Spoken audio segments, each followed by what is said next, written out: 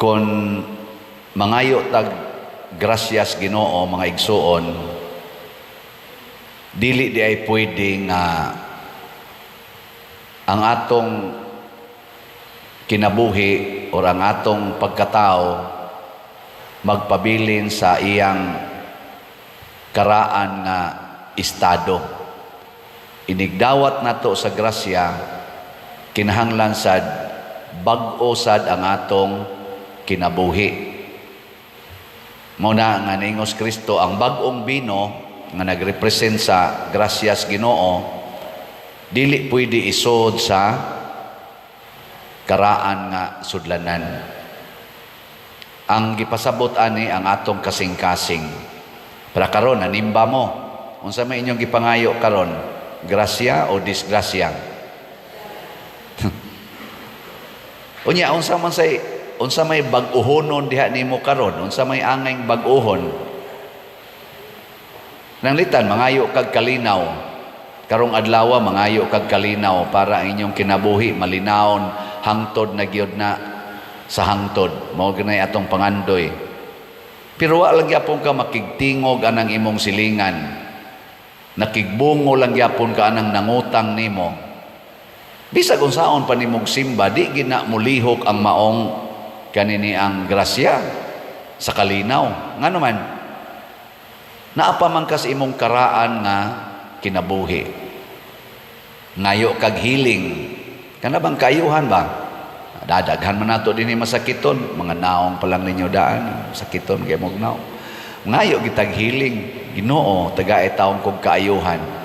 Pero ang imong lifestyle, ang imong gipangkaon, ang imong mga kaning gipangbuhat, naghatag og sakit. Sama taas kay kag sugar, diabetic na ka, mangayo ka nga maayo kas diabetes, unya sige ja pong kagkaon anang mga makapasamot sa diabetes, mga carbohydrates, mga sugar, kusog lagi po kamukaon. Sige naman ta kog inom og tambal pa dir, oy, sige man kog inom og tambal. Ana.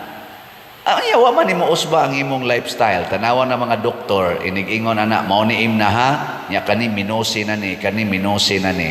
Ana din na sila. Mausad na ang Ginoo. Tagaan ti kag healing, pero kani hunongan ni. Ug usa sa best model nato unsaon aron ang grasyas Ginoo dili mausik, dili mahanaw, kani gyud ang atong inahan nga langitnon, si Mama Mary. Siya maoy mobuhat, motudlo nato unsay angay natong ibutang sa atong kaugalingon ug unsa say angay natong kuhaon aron mahimot ang angayan sa matas Ginoo ug sa grasyas Ginoo. Diri sa atong unang pagbasa, si Isaac murag nagrepresentar siya sa Ginoo, unya nana siya gitagan-an nga ihatag nga grasya sa iyang kamagwangang anak nga si Esau.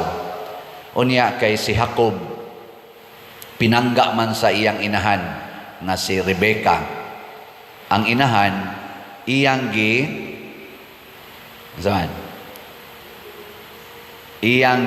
himo si Jacob nga mura og Esau. Nilampos bang inahan? Nilampos siya?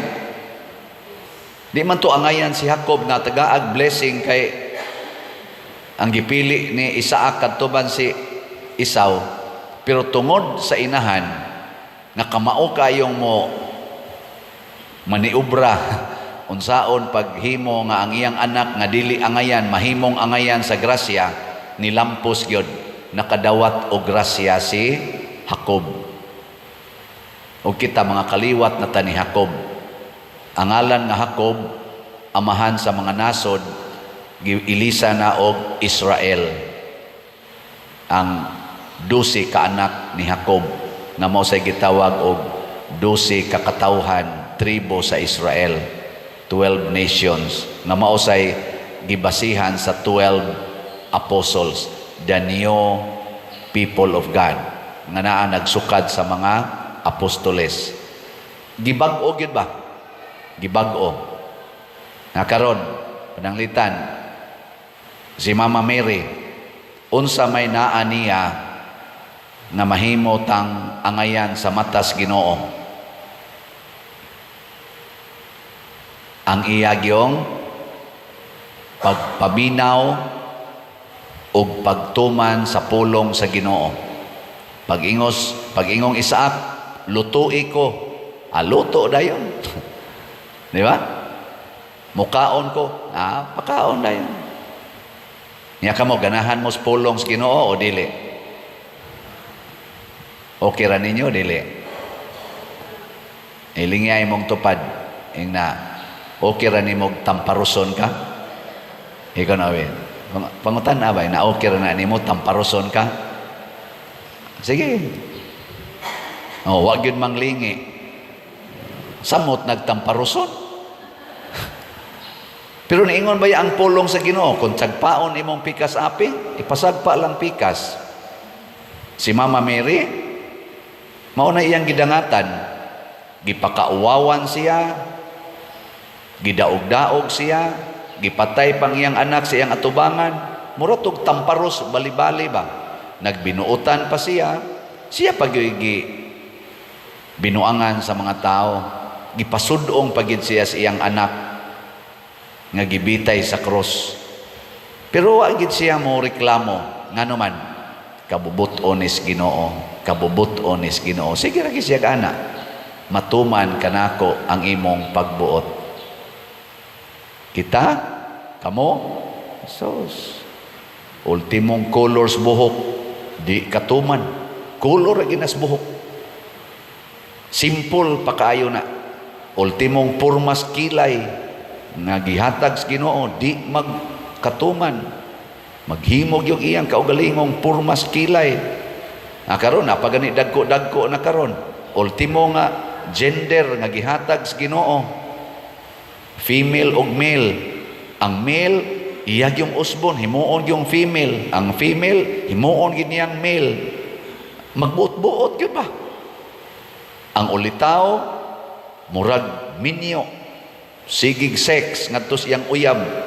Ang dalagasan mura sa inahan, siging kamabdos. Unya way kasal. Di usab ba ato yung usbon? Puy ug unsay gustos Ginoo. Kung ikaw gani ulitaw, ayaw panghilabot ana mga babae kay di pa na grasya nimo. Og imo nang hilabtan ang pasabot ana, ang ikaw ulitaw ka, ang babae nga imong nahilabtan sexually gitawag na disgrasya.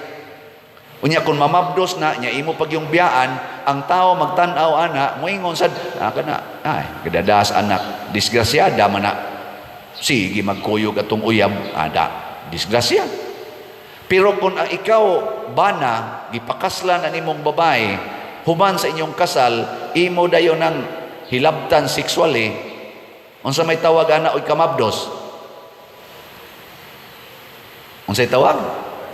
Grasya. Sa ato paday ikaw lalaki, hatagi grasya ang imong gihigugmang babae. Ikaw sad babae, ayaw usik-usiki ang imong virginity, ang imong purity, ang imong grasya ni anang lalaki nga wa giayo.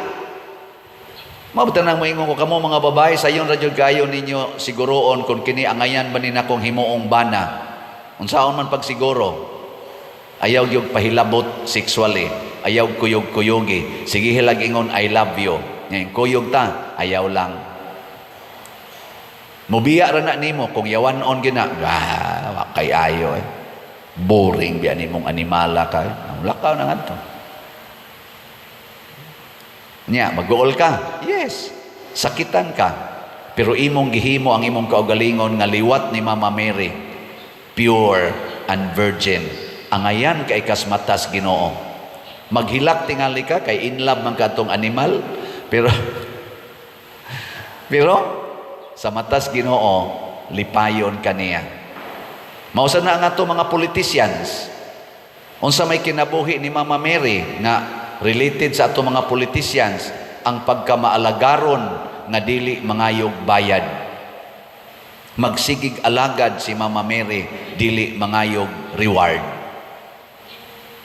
Kanindot unta sa ato mga politicians karon, gikan sa presidente hangtod gyud barangay konsehal, mga elected officials maninato og mga appointed nga mga official sa gobyerno, kanindot untag magsigi silang alagad nga dili mangayog bayad, dili kay magsigi gasto ani atong kwarta tungod anang ilang mga garbo, siging himo anang ilang mga hiring-hiring, impeachment, siging kiha anang mga vloggers nga wa gyud kapaingnan nya, gikalimtan ang panglawas, gikalimtan ang kagutom, gikalimtan ang edukasyon, gikalimtan paghatag o pagtagad ang peace and order, ang kaning mga krimen, smuggling, gikalimtan. Wa kayo tagaig pagtagad, ang gitagaag pagtagad kuno kana kunong confidential fund. Unsa kana? Naigo kana? Okay. Lingiyay mong tupad na sakto ramos budget sa bugas sa inyo, na sakto ramos budget sa bugas. Wow. Wa na'y nagtagad sa kagutom karon, daghan kay ta mga igsuong way mga balay ana dinhi gani wa patakahuman sa tong sitiyo mga 12 na lang nakabalay atong gisugdan, pagtan-aw na ko gahapon, pagkadako des budget dako oy ayaw usa, hinay-hinaya lang, one at a time. Pero ato na nang sugdan, pero ginagmay lang usa, di lang nato tingbon bagay matay sa taana. Pero tagaig pagtagad muna mo congratulitas atong bag-o karong gobernador, kay iya dayong gigasto ang mga around 80 million para sa nagunang panginahanglan sa atong mga 16 ka mga hospital sa probinsya Sugbo. Kanindot ana, no? Para lang ana aspituha, kanindot na ana nga ay tag 5 million kuno nga budget ato lasang iampo nga tinuod gid nang ma-implement. Baya naman kung hasta ang budget para sa gapas o para sa mga dagom, kurakuton pagyud sa pipila. Di ba? Naman ang corruption. Corruption man ganis una nga kanang sa tuingan ato, katong COVID. Katong COVID ba? Di ba? Nanagina, tabangono na gina. Gikurap pag yun. Kawa gyud mga batasan.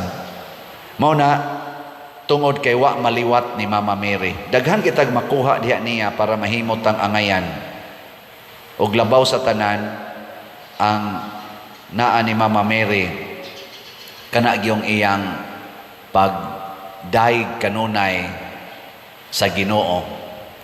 Ang Ginoo gi iyang daigon, dili ang iyang kaugalingon. Kita kusog kay taning atong panag-away tungod kay ang atong gidaig ug maayo ang atong kaugalingon. Daghan kay tag mga human rights kuno nga atong gi-observe. Ako ning right, ako ning right, ako ning katungod. Pero naglisod ta paghatag og divine right sa Ginoo nga mao gyud naghimo nato. Karon kusog kay tanang human right, pero personalized nga right. Mao nang ang atong hunahon daygo nato ang Ginoo. Ilingi ay mong tupad. Ing na kinse nagbuhat anang imong kilay. Nya moingon gani siya, sa Ginoo gini daygon ang Ginoo. Pero ika nagbuhat anang imong kilay, kisa na may daygon, ikaw kinsa daygon. Karon dayga ang Ginoo, ipakita nga kana di ay iya nas Ginoo. Mao nang atong tubag sa Salmo, unsa ti atong giingon? Dayga ang Ginoo kay siya maayo. Ang Ginoo ra gyud maayo, og kita nga muliwat ni Maria, igo ratang muambit sa kaayos Ginoo. Si Isaac maayo, siya'y tuburan sa grasya, niambit lang si Jacob. Og nakaambit si Jacob kay misunod man siya, og gitagaan niya higayon ang iyang mama nga maoy mobuhat sa tanan.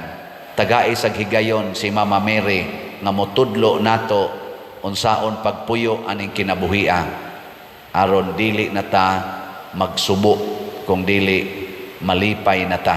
Sa inyong paminaw, pagpirma sa executive order ni Gov.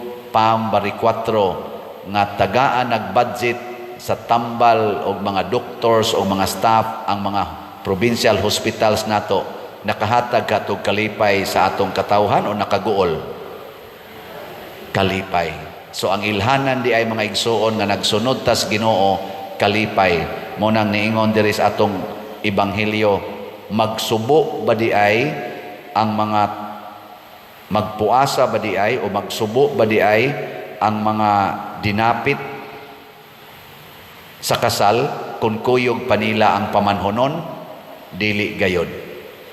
Pasabot, kung magsunod lang ta ni Maria o ni Jesus, kanunay giyong kalipay ang mahimong bunga sa atong mga buhat. Pero magsupak na kita nila, mahimong kaguol ang atong mga binuhatan.